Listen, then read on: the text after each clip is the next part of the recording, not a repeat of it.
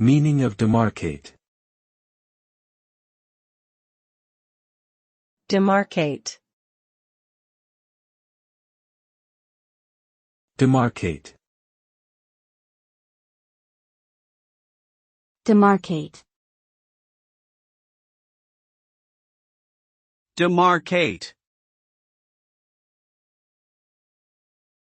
The word demarcate means to set boundaries or mark off a specific area or territory. The process of demarcation is often used in politics, land surveying, and other areas where there is a need to establish clear boundary lines.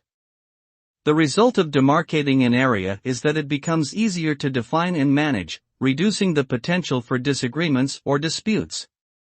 This can be particularly important in situations where resources or ownership rights are at stake. By clearly defining boundaries, demarcation can help to prevent conflicts, promote cooperation, and facilitate fair negotiation and decision-making.